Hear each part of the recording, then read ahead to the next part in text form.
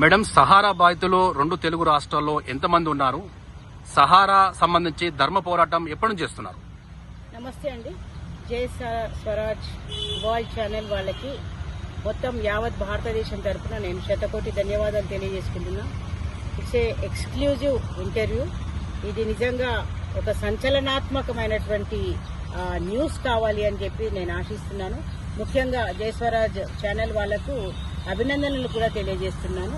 మీరు మా స్వరాన్ని, మా గలాన్ని, మా బాధను, మా కన్నీటి గాథల్ని వినిపిస్తున్నందుకు మీకు శతకోటి ధన్యవాదాలు. వాస్తవంగా చెప్పాలి అంటే మొత్తం 2 తెలుగు రాష్ట్రాలు, అనగా 2 తెలుగు రాష్ట్రాలు కాదండి, సౌత్ జోన్లో 2,80,00,000 మంది బాధితులు ఉన్నారండి. మొత్తం సౌత్ జోన్లో ఈ 2,80,00,000 మంది దీని యొక్క మోసాన్ని, సహారా యొక్క మోసాన్ని మొట్టమొదటిగా కనిపెట్టింది, దీన్ని వెలుగులోకి తీసుకొచ్చింది ఆంధ్ర నుండి అండి. ఆంధ్ర వాళ్ళు చాలా సార్లు గత 10 సంవత్సరాలుగా దీని మీద తిరుగుబాటు చేసినారు. ఇక్కడ ఉన్నటువంటి యాజమాన్ని చితకబాదినారు, తరిమి కొట్టినారండి ఆంధ్రాలో. ఆ రోజు మాకు అసలు ఆ వాసన కూడా, ఆ పోకడలు కూడా మాకు తెలియలేదు. ఇక్కడ మన తెలంగాణ నుండి నాకు ఇంకా బాగా గుర్తు, తిరుపతయ్య గారని భద్రాచలంలో ఉంటారు. ఆయన 10 సంవత్సరాల కిందటనే సహారాకు వ్యతిరేకంగా పోరాటం చేసినప్పుడు ఆయనని ఒక పిచ్చివాడి కింద జమకట్టి, ఒక నేరస్తుడి కింద జమకట్టి, ఆయన మీద ఆ రోజు అరాచకాలు సృష్టిస్తూ ఈ సహారా యాజమాన్యము పలు కేసులు పెట్టింది.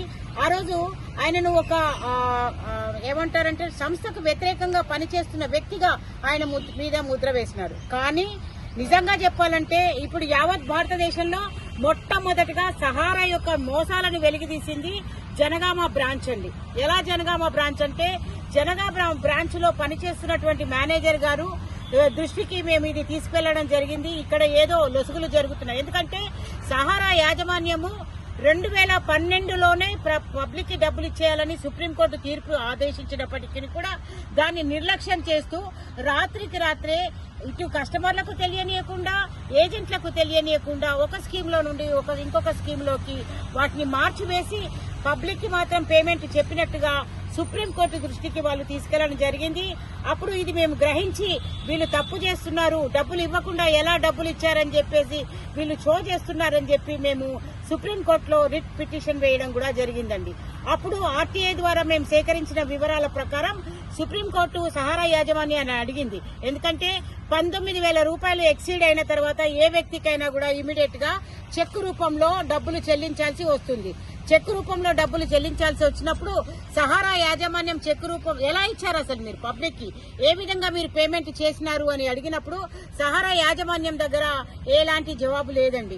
ఇక్కడ మేము చెప్పేది ఏంటంటే సహారా 100% ఒక మోసపూరితమైన సంస్థ, ఒక దగాకోరు సంస్థ.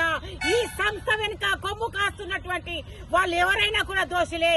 అది ప్రభుత్వమా, ప్రజాప్రభుత్వాల సంస్థల, ఎవరైనా కూడా దీని వెనుక ఎవరెవరు బడాబాబులు ఉన్నారో వీళ్ళని వెలికి తీయాలి. అజయ్ టండన్ గారు లాంటి సుప్రీంకోర్టు అడ్వకేట్లు ఇప్పుడు ఏమంటున్నారంటే వీళ్ళను ప్రజా కోర్టులో ఉరి తీయాలి అని చెప్పడం జరుగుతున్నది. దీని వెనుక అధికారులు కూడా, పోలీసు యంత్రాంగం కూడా చాలా నిర్లక్ష్య ధోరణి వహిస్తున్నారు. ఈ రోజుకి కూడా మేము పోలీస్ స్టేషన్లలో మా బాధలు చెప్తున్నప్పటికీ కూడా వీళ్ళు తప్పు చేస్తున్నారు.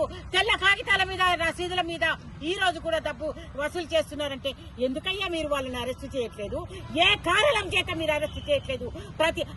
పోలీసు మేమే కావాల్సి వస్తున్నది, ప్రభుత్వం మేమే కావాల్సి వస్తున్నది, సిబిసిఐడి మేమే. అన్ని ఆధారాలు మేము చూపించిన తర్వాత మీరేం చేస్తున్నారు? మీ బాధ్యత ఏంటి?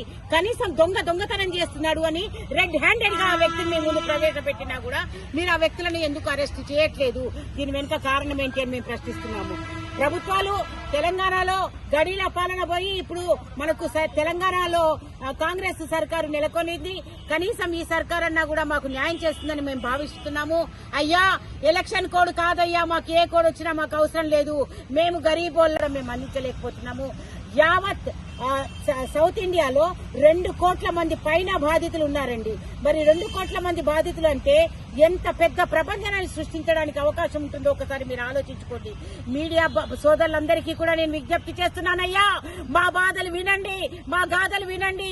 ఇది కన్నీటి గాథ. మేము జీవోత్సవాలం, మేము బ్రతుకుతున్న శవాలమయ్యా. ఈ శవాలను కనీసం వెంటిలేటర్ల నుండి మాకు ఆక్సిజన్ అందించండి. మీకందరికీ కూడా చేతులు జోడించి బ్రతుకులాడుకుంటున్నాను. విడాకులయ్యి భర్తలకు దూరంగా బ్రతుకుతున్నటువంటి మహిళలు ఉన్నారయ్యా. ఆడపిల్లల పెళ్లిళ్ళు చేయలేక ఆడపిల్లల పెళ్లిళ్ళు లేచిపోతున్నారయ్యా. మా బిడ్డలు లేచిపోతున్నారు, మా బిడ్డలు చచ్చిపోతున్నారు, మా కుటుంబాలని చిన్నాభిన్నమైపోతున్నాయి. కానీ ఈ ప్రభుత్వాలకు కళ్లకు గంటలు కట్టుకొని గాంధారి వేషాలు వేస్తున్నది. మరి ఈ గుడ్డి ప్రభుత్వమా, దయచేసి మేట్టుకోనండి. నేను ఎవరు అని చెప్పట్లేదు, మిమ్మల్ని నిందించట్లేదు, కానీ మాకు న్యాయం చేయాలి. పేదల పట్లాన ఈ దేశంలో ప్రజాస్వామ్య దేశం అంటారు కదా, ప్రజాస్వామ్య దేశంలో ప్రజలే ప్రభువులు అంటారు కదా. మరి ప్రభువులను వెధవలను చేసి ఈ ప్రభువులతో ఆటలాడుకుంటున్నారే. ఈ దేశంలో సామాన్యుడికి న్యాయం దొరకదా? సామాన్యుడికి న్యాయం దొరకదా అంటున్నా. ఆక్రోశిస్తున్నామయ్యా, మాకు న్యాయం చేయండి అయ్యా. ఏడ్చి ఏడ్చి ఏడ్చి మా కళ్ళల్లో కన్నీళ్ళు ఇంకిపోయినాయి. మా బిడ్డలకు సరి అయిన జీవితం కూడా మేము ఇయ్యలేకపోతున్నాం. ఇంతకన్నా దుర్భర జీవితం మేము అనుభవిస్తున్నామయ్యా. మా జీవితాలన్నీ చితికిపోయినాయి, మా జీవితాలన్నీ దుర్భరంగా ఉన్నాయి.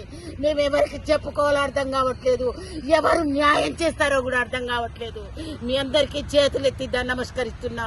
న్యాయం చెయ్యండి, పేదల పక్షాన నిలవండి, లేదా మాకు కారుణ్య మరణం అన్న ప్రసాదించండి. నేను కోట్లను కూడా నివేదించుకుంటున్నా.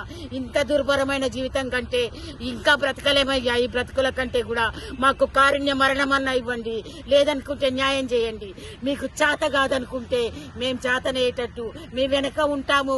ఆధారాలు ఇస్తున్నామయ్యా, ఆధారాలు మీ చేతిలో పెట్టాము, కానీ అరెస్ట్ చేయట్లేదు. ఇంకా మూతపడట్లేదు ఈ కార్యాలయాలు. ఇంకా వీళ్ళు నల్ల వ్యాపారం చేస్తున్నా కూడా ఎందుకు ప్రతిస్పందించట్లేదు? మా దగ్గర పక్కా ఆధారాలు ఉన్నాయి. 2 సంవత్సరాల కిందట రంగనాథ్ గారికి మేము చూపించినాము. రంగనాథ్ గారు కూడా ప్రతిస్పందించి మౌనంగా ఉండిపోయినారు. ఎందుకయ్యా పేదల పట్ల ఇంత వివక్ష? ఎందుకయ్యా పేదల పట్ల ఇంత దౌర్భాగ్యమైన స్థితిలో మమ్మల్ని నెట్టివేస్తున్నారు, అంధకారంలో ఉంచుతున్నారు? మాకు న్యాయం జరగట్లేదు.